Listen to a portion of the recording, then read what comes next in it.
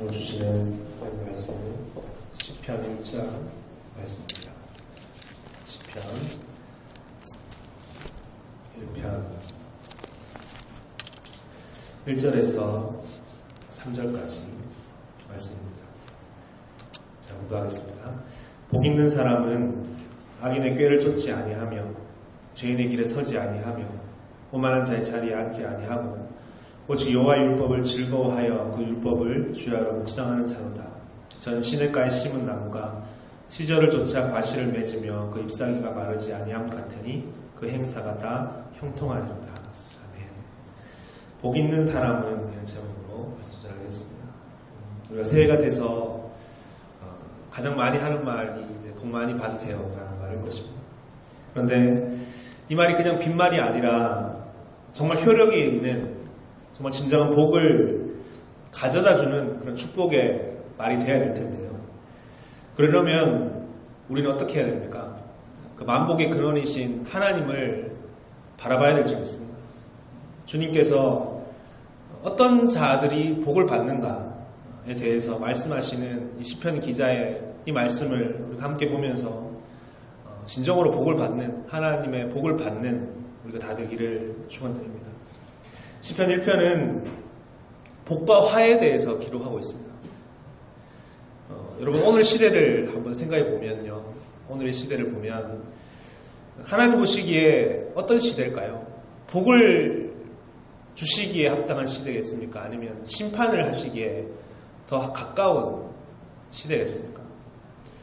노아 시대에는 하나님께서 심판을 내리시는 시대였습니다. 죄가 가득했고 심지어 하나님의 아들들조차도 하나님을 떠났었기 때문에 하나님께서 그 시대를 바라볼 때 심판할 수밖에 없었다. 그냥 우리가 세상의 흐름대로 살면 어떻게 되는 겁니까? 여러분 살아있는 물고기는 그 물 흐름에 자기 몸을 맡기지 않고 가는 대로 두지 않고 그것을 거슬러 올라갈 수 있다고 합니다. 우리는 이 시대에 정말 복을 받을 수 있는 그런 합당한 그런 자격이 되는 자들 다 되기 바랍니다. 복 있는 사람은 어떤 사람이냐 하면 첫 번째에 자격이 있습니다. 조건이 있습니다. 뭐라고 기록되어 있냐면 악인의 꾀를 쫓지 아니한다라고 하고 있습니다. 악인이 가지는 것은 꾀다. 꾀라는 말은 조금 부정적인 뉘앙스가 있죠. 꾀라는 말과 지혜라는 말, 악인이 가지는 지혜 이렇게 얘기하지 않습니다. 악인이 가지는 꾀라고 얘기합니다. 우리는 정말 꾀가 아니라 지혜로운 자가 되어야 될 줄 믿습니다. 하나님께서 모세에게 출애굽기에서 단을 만들 때 깎아 만들지 말고 정을 대지 말라고 하셨습니다. 인위적인 어떤 것을 첨가하지 말라고 하셨습니다. 꾀라는 것이 그런 겁니다. 인위적인 것, 하나님의 지혜만 있는 것이 아니라 거기에 다른 것을 첨가한 것을 얘기하는 겁니다. 포도주에 물이 타진 것과 같은 것입니다. 예수님은 우리가 어린아이와 같아야 된다라고 말씀하셨습니다. 담백한 지혜를 가지는 자가 되어야 된다. 그런데 악인의 꾀는 그렇지 않다. 인위적인 것, 자기중심적인 것, 인간적인 생각이 그 가운데 타진 것이다. 출애굽기 1장에 보면 우리 잘 알고 있는 지혜의 대결이 있습니다. 악인의 지혜와 악인의 꾀와 그 선인의 의로운 자의 지혜의 대결. 애굽에 있는 이스라엘 백성들이 중다해졌을 때 애굽의 왕과 그 지혜자들이 누구와 싸움을 하냐면 히브리 산파와 싸움을 합니다. 세상적으로 보면 표면적으로 보면 사실 싸움의 대상이 되지 않는 것입니다. 마치 뭐 그런 것이죠. 한쪽은 박사학위를 가지고 있는 사람이고 한쪽은 초등학교도 나오지 못하는 사람들이라는 겁니다. 지식의 대결로는 불가능한, 비교되지도 않는 애굽 학자들과 애굽의 지혜자들과 히브리 산파의 싸움인데 참 신비롭죠. 누가 이기게 됩니까? 어떤 위기 속에서도 그 죄의 구렁텅이 속에서도 이들은 살아남을 뿐만 아니라 오히려 더 중다해졌다라고 했습니다. 그 지혜가 도대체 어디 있습니까? 그래서 한 가지 하나님을 두려워하는 히브리 산파들의 지혜였다라는 것입니다. 이 경외의 신앙, 이 단순한 이 지혜가 그들을 살릴 뿐만 아니라 중답케 한 능력의 시작점이었다라고 우리에게 전하고 있는 것이다. 다른 무엇이 아니라 하나님을 가장 두려워하는 바로의 명령보다 하나님을 더 두려워하였다. 그 강력한 힘으로 다가오는 애굽이 자신들을 아무리 못 살게 굴어도 애굽의 학자들이 꾀를 내어 죽이려고 하였어도 그러나 그 무엇도 그들의 지혜를 꺾지 못했다. 우리는 꾀가 아니라 그런 담백한 지혜를 가진, 그래서 우직하게 이것을 붙들고 가는 자가 돼서 동일한 축복이 히브리 산파들이 받은 축복처럼 중다해지는 이런 생명의 결실을 얻는 우리가 다 되기 원합니다. 두 번째 복을 받는 길은 뭐냐면 뭐가 되어 있습니까? 악이 돼 꾀를 쫓지 아니하고 죄인의 길에 서지 아니한다. 우리말에 그런 말이 있습니다. 길이 아니면 가지도 말라. 노루는 노루의 길이 있고 호랑이는 호랑이의 길이 있다. 그의 길로 가는 것이다. 인간도 인간의 길이 있다라는 겁니다. 여러분 정말 그렇습니까? 우리는 그것을 아는 자들 되기 원합니다. 그것을 볼 수 있는 자들 되기 원합니다. 그것도 외에 다른 길로 가는 것은 곧 죽음의 길로 가는 것과 같은 것이다. 우리가 훈련합니다. 초보 신앙 때는 어떤 훈련을 하냐 하면 갈 곳과 안 갈 곳을 구별하는 것, 그렇게 가지 않는 것을 훈련합니다. 오늘날의 정보의 홍수의 시대라고 합니다. 처음에 저도 신앙의 훈련을 받을 때 어떤 말도 들었냐면 책을 보지 마세요 이런 얘기를 들었습니다. 책도 함부로 읽지 마세요. 그 길로 가지 마세요. 아무런 지식이라도 다 받으시면 안 됩니다. 그렇게 들렸습니다.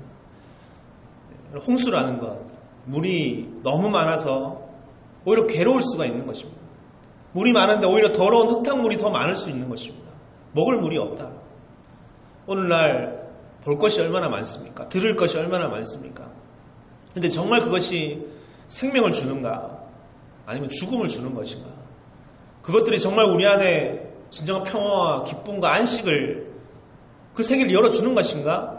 이것을 우리는 볼 수 있어야 되는 것이다. 지금 복을 받을 자들은 그 죄인의 길에 서지 않는 것이다. 우리가 이 풍조에 휩쓸리지 않고 가는 것. 여러분, 죄인의 길이 있다면 또 어떤 길이 있겠습니까? 의인의 길이 있지 않겠습니까? 우리 그것이 오직 예수인 줄 믿는 자들 되기 바랍니다. 내가 길이요 진리요 생명이라 하신 주님처럼, 이 분명하게 우리에게 가르치신 것처럼 예수님께서 우리 가운데 열어놓으신 길, 밝게 열어놓으신 길, 분명하게 보여주신 길, 이것을 우리가 날마다 붙들고 주께서 먼저 가신 그 생명의 길로 우리가 함께 가는 우리가 되기 원합니다. 그리고 세 번째는 뭐냐면, 마지막은 오만한 자의 자리에 앉지 아니한다 했습니다. 오만이란 말은 다른 말로 교만이라 할 수 있을 겁니다. 우리가 우리 신앙의 훈련을 받을 때 가장 먼저 죄에 대해서 깊은 공부를 합니다. 배우게 됩니다.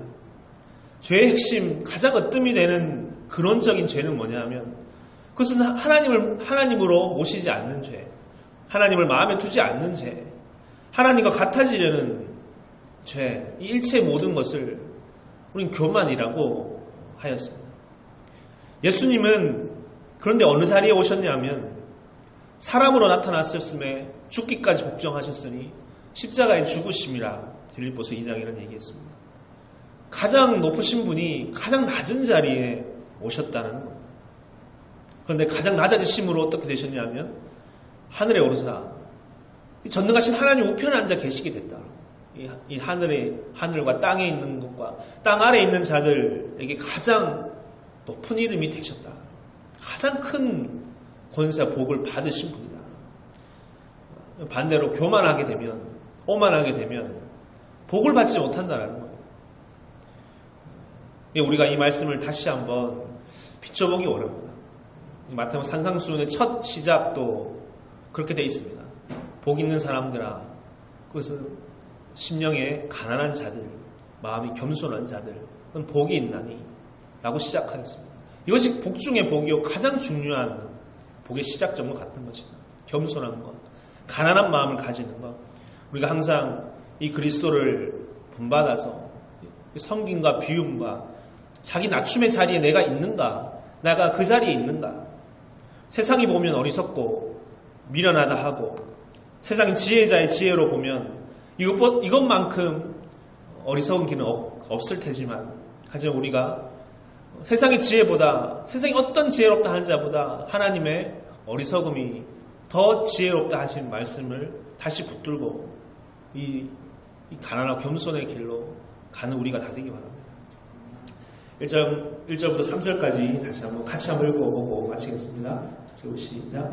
복 있는 사람은 악인의 꾀를 쫓지 아니하며 죄인의 길에 서지 아니하며 오만한 자의 자리에 앉지 아니하고 오직 여호와의 율법을 즐거워하여 그 율법을 주야로 묵상하는 자로다. 저는 시냇가에 심은 나무가 시절을 쫓아 과실을 맺으며 그 잎사귀가 마르지 아니함 같으니 그 행사가 다 형통하리로다. 아멘.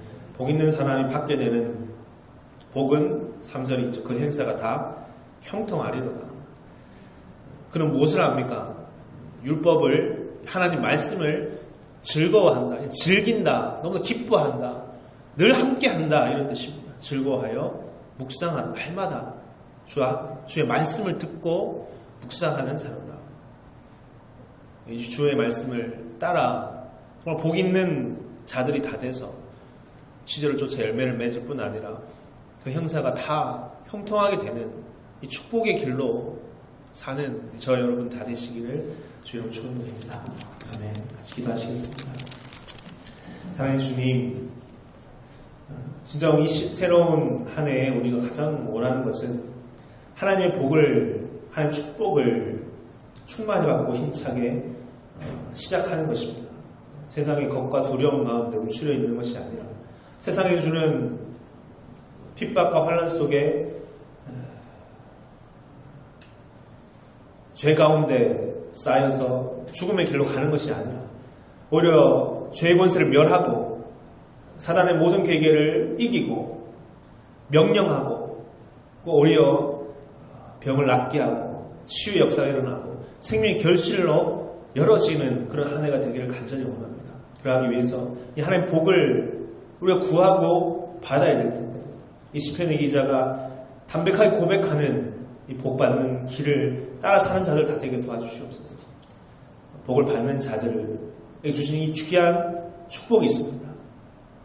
우리 가운데 혹여나 다른 꾀를 가지고 혹여나 악인의 길 가운데 서서 오만한 자의 자리에 앉아 살아가는 우리의 모습은 아니었는지 다시 보고 진정 담백한 지혜로, 그리고 주님께서 걸어가신 그 길을, 의인의 길을 따라서, 그리고 가난과 겸손의 길로 살아갈 때 어김없이 주실 하나님 귀한 축복을 믿고 의지하며 나가는 우리들 다 되게 도와주시옵소서. 만복의 근원 되신 주님 예수 그리스도께서 바로 그렇게 걸으시고 그런 지혜를 가지시고 그렇게 사시고 죽기까지 복종하셔서 가장 높으신, 가장 큰 이름으로, 가장 온전한 지혜로 우리 가운데 자신뿐만 아니라 우리 인생의 모든 사람들에게 가장 큰 축복을 허락해 주신 분이심을 기억하며 우리 가운데 이 복이 근원 되신 주님을 따라 사는 큰 축복이 우리를 통해서 또 우리에게, 또 이 세상 모든 백성들에게 전해지는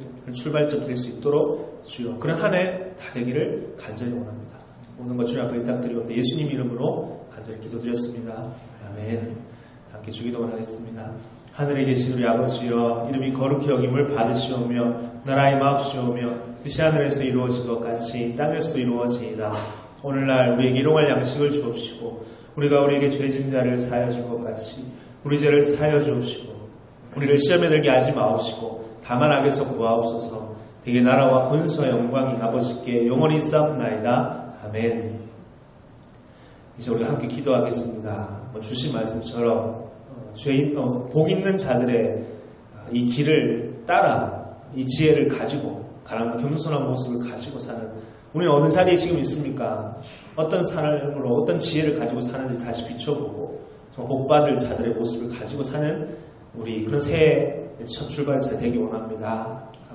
고백하시면서 기도하는 시간 되기 원합니다. 기도하실 때 가지고 나오신 기도 제목과 교회 공동체에서 기도하시다가 자 이렇게 돌아가시면 됩니다. 같이 기도하시겠습니다.